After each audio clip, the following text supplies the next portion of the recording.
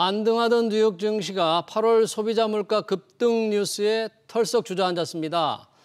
주가 하락에 대인 투자자들은 요즘 채권 투자에 관심을 갖는다고 하는데요. 이 시점에서 왜 채권이 매력적인지, 개인들이 채권을 사려면 어떻게 해야 하는지 알아보겠습니다. 채권과 부동산 애널리스트죠. 신월 SK증권 연구위원 나오셨습니다. 위원님 어서 오십시오. 반갑습니다. 네, 안녕하십니까. 네, 자, 채권 투자 오늘 주요 저희의 이슈인데 그에 앞서서 어제 미국의 8월 소비자 물가 상승률 생각보다 갑자기 높게 나왔잖아요. 주가가 급락을 했는데요. 그렇게 안 좋게 나온 겁니까? 8월 소비자 물가 상승률 어떻게 나온 거예요? 일단 2개월째 상승률 자체의 하락 오름폭의 축소는 확인하고 있습니다. 예. 그렇지만 시장이 그만큼 지금 민감하게 반응하고 있다는 것은 예. 시장이 생각했던 것과는 다른, 그러니까 오판을 했다라는 점에 대한 후폭풍이 거세다라고 진단해 볼 수가 있겠습니다. 시장이 오판을 했다. 네. 그런데 이제 이 인플레 피크에 대한 얘기들은 지표상으로 작년 연말 올 초까지 있었기 때문에 그런 부분들을 조금 성급하게 진단을 했을 때는 연초부터 이제는 피크에 다가왔다라는 것들을 예. 진행을 하면서 항상 자산 가격의 어려움이 좀 봉착했었거든요. 예. 근데 이제는 6개월을 넘게 그렇게 해왔단 말입니다. 이제는 피크에 대한 기대감이 어느 정도 정점에 왔는데 아직도 인플레에 대한 부분들은 시장의 기대치를 훌쩍 넘는 모습을 보이니 이러한 부분들은 지난 8월 말에 잭슨 홀 미팅에서의 파월 연준 의장 예. 그리고 한은 총재, 이창용 총재의 그런 강경한 매파적 멘트들 이런 부분들을 오히려 더 지지해주는 실물 경제 지표들로 확인이 되고 있다라고 볼 수 있겠습니다. 그러겠네요. 잭슨 홀 미팅에서 파월 의장이 이제 긴축 강도를 높이겠다는 걸 계속 유지하겠다는 걸 분명히 했는데 네. 그러면 8월 소비자 물가 상승 예상보다 높게 나왔잖아요. 네. 특히 전월에 비해서는 0.1%포인트 오른 거 이게 아주 결정적이었던데 네. 그렇게 되니까 이제 9월 이달 미 연준 FOMC에서 금리를 0.75%포인트가 아니라 1%포인트 올릴지 모른다. 뭐 이런 예상마저 나온다면서요. 그런 예상이 이렇게 높습니까 지금? 사실 하루 전만 하더라도 1%포인트에 대한 예상치가 없었습니다. 새로운 선택지가 생겼고 예.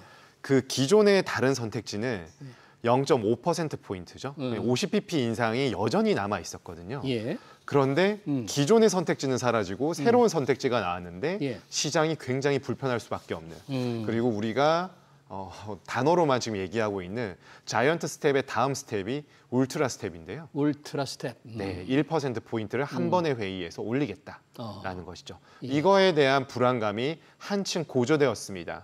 그래서 선물 시장에서는 지금 하루 만에 생긴 새로운 선택지이기 때문에 고정된 값은 아닙니다만은 예. 지금 10에서 30%의 레인지 내에서 예. 지금 좀 하루 사이에서도 너무 등락을 보이고 있기 때문에 예. 일단 메인은 75bp 자이언트 스텝이 우위를 점하고 있지만 예. 새로운 선택지가 다음 주까지 어떤 추세로 흘러갈지가 굉장히 관건이 아닐까라고 생각됩니다. 1%포인트 인상 가능성이 갑자기 지금 이제 나온 건데 네.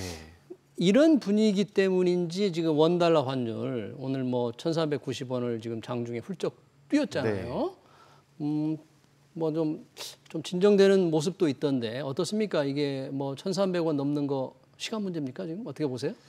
네, 지금 전 세계 자산 중에서 달러 말고 좋다라고 진단할 수 있는 자산이 없습니다. 예. 뭐 최근 단기간 내에 스위스 프랑의 강세가 나왔지만 추세적으로는 달러 대비해서 안전자산의 대표 주자로 꼽히는 스위스 프랑마저 절하가 되고 있는 상황이기 때문에 예. 원화의 절하는 불가피하고 그동안의 3개월 정도의 시차 흐름을 봤을 때는 원화가 기축통화 대비해서 좀 더 약세였고요. 지금 1개월의 시차를 두고서는 그래도 기축통화 중에서 약세를 보였었던 그런 국가들의 통화와 좀 비슷한 흐름들. 그러니까 원화가 1개월간 약 5.2% 절하가 되었는데 예. 엔화 7.7%, 그리고 호주 달러 5.5%, 영국 파운드 5.3%이니까요. 비교적 선방은 했습니다. 그렇기 때문에 지난 금통위에서도 이창용 총재가 이러한 강달러에 대해서 원달러 환율이 급등하는 부분에 대한 질문들이 있었는데요. 상대적으로 비교할 부분이다. 절대적으로 오른다고 해서 무조건의 어떤 정책적인 대응의 영역은 아니다라고 진단을 했습니다마는 우리가 1,400원 레벨은 사실 어떤 IMF 외환 위기, 금융 큰 충격, 네, 글로벌 위기. 금융 위기 이럴 때 아니고선 볼 일이 없었던 레벨이었기 때문에 특히나 그때보다는 우리 경제 펀더멘털이 굉장히 개선이 되었고 순위도 올라갔지 않습니까? 네, 이런 레벨들은 부담이 될 수밖에 없고 그럼에도 불구하고 달러의 강세, 원화의 약세, 1,400원 레벨에 상회할 가능성은 매우 높다라고 진단해 볼 수가 있겠습니다. 네, 오늘의 주제로 빨리 넘어가겠습니다. 채권 투자. 요즘 개인들 채권 투자를 많이 한다는데 왜 이 시점에서 개인들이 그 채권의 매력을 갖게 되는 거죠? 왜 그렇죠? 채권? 네, 일단 지금 상반기 조금 지난 7, 8월 정도까지가 개인의 채권 투자액이 10조 원을 넘었고요. 개인이? 네, 이 부분은 20년과 21년도에 4조 원대를 1년간의 4조 원대를 매수를 했는데요. 투자를 했는데 뭐 반년 조금 넘은 기간 만에 2배 이상을 했다. 그만큼 채권에 대한 관심이 이렇게 높아졌다라는 점을 말씀드릴 수가 있겠습니다. 첫 번째는 사실 어떤 시간을 지나서 이 불확실성이 소멸되거나 축소되긴 쉽지 않은데 팬데믹 그리고 인플레이션 그러면서 자산 가격의 향방의 하방 압력이 높아지는 이 불확실성의 고조 시대에 채권만큼 과연 안전한 자산이 있을까라는 생각을 해봅니다. 거기에다가 정기적인 쿠폰 수익이라고 할 수 있죠. 이자가 나옵니다. 이자. 이자를 확보하는 동시에 만기라는 것이 보통 있거든요. 그럼 만기가 있게 되면 원금을 회수할 수 있게 되겠죠. 그만큼 안정적이다라고 볼 수가 있겠고요. 특히나 인플레에 대한 부분들을 얘기한 시점이 연초부터라고 생각들 많이 하시는데 채권 시장은 인플레에 대해서 좀 비관적인 시선을 가진 것이 작년 4분기 정도였습니다. 그래서 하반기부터 채권 투자의 수익률이 좋지가 않았거든요. 그만큼 인플레에 가장 민감하게 반응한 건 채권인데 약세장을 먼저 진입했기 때문에 강세 전환, 그러니까 인플레 피크 이후에 향방에 대해서 가장 우선적으로 전환할 수 있는 자산을 꼽자라면 채권을 뽑을 수 있겠고 채권이 금리가 어느 정도 안정이 되면서 내려가게 되면은 만기까지 보유하지 않고 매도를 했을 때 채권을 만기 전에 팔았을 때 팔았을 때 차익을 실현할 가능성도 상당히 높아졌다. 차익 중간에 팔았을 때 그러려면 금리가 좀 떨어져야 됩니까? 떨어지면 그렇죠. 차익이 납니까? 맞습니다. 시장 수익률 기준으로 내가 산 금리보다 떨어졌을 때 차익을 실현할 가능성이 상당히 높아지게 됩니다. 지금 금리가 쭉 올라가는 상황이니까 그런 어떤 중간에 팔아서 얻는 이런 차익은 별로 없겠네요. 그럼 지금은 올라가는 지금의 국면에서는 쉽지 않습니다. 그렇지만 우리가 한국은행도 어제 금통위 의사록이 나왔는데 중립금리 범위 내에 진입을 했다. 그 이상으로 인상을 해야 된다. 신중히 조정을 해야 된다라는 의견이 대립하고 있고요.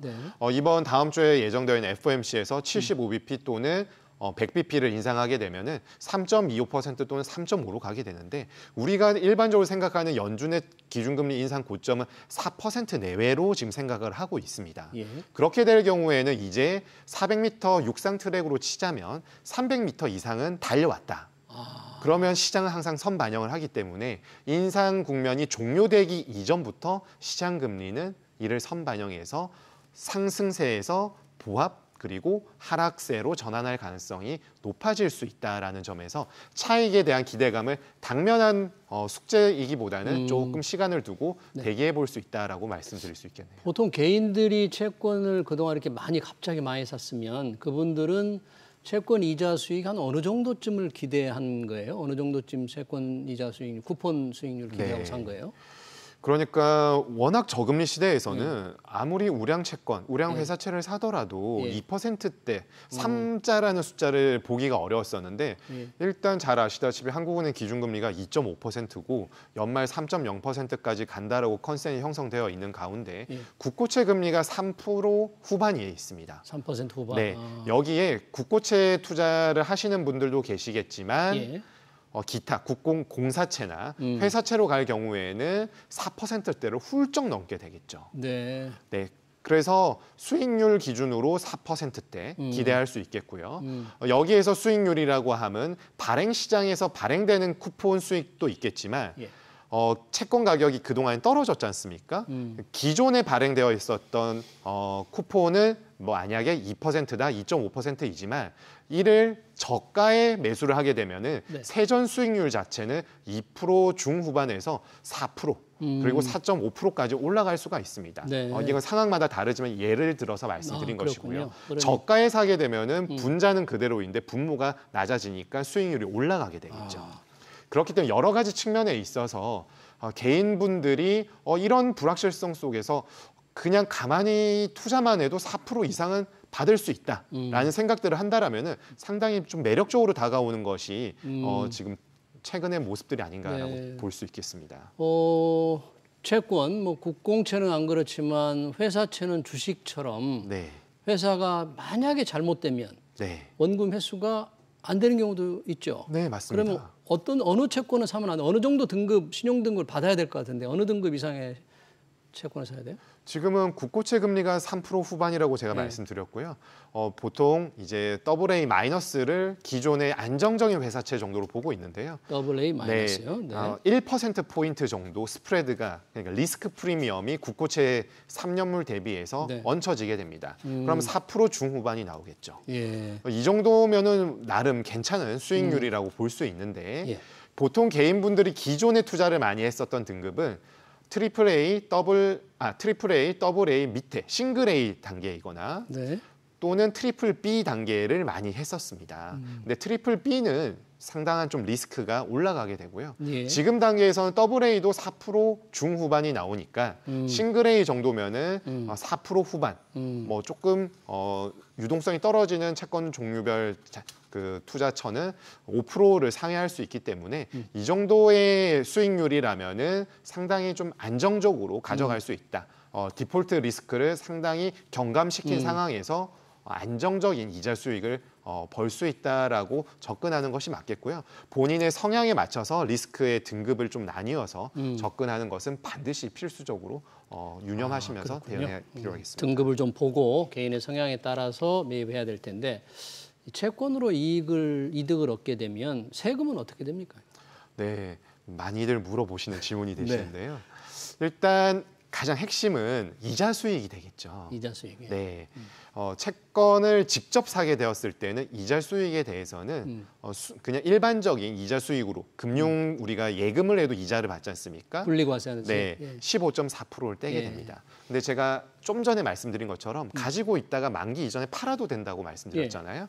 이 부분은 과세 대상에서 제외가 되어 있어요. 그러니까 주식도 매매 차익에 대해서는 차익과세가 지금 일정 부분 이하는 없죠. 없습니다. 수수료만 내고. 네. 그러니까 채권도 동일하다라고 보시면 되겠고요. 그런데 채권의 투자 종류별이 수개가 있는데 채권 종류별로 투자를 할 수도 있지만 펀드를 통해서도 하실 수가 있잖아요. 펀드를 통해서요? 네, 그렇게 간접적인 투자, 직접 투자가 아닌 간접 투자를 할 경우에는 이자 소득과 매매 차익 모두 과세 대상이 되게 됩니다.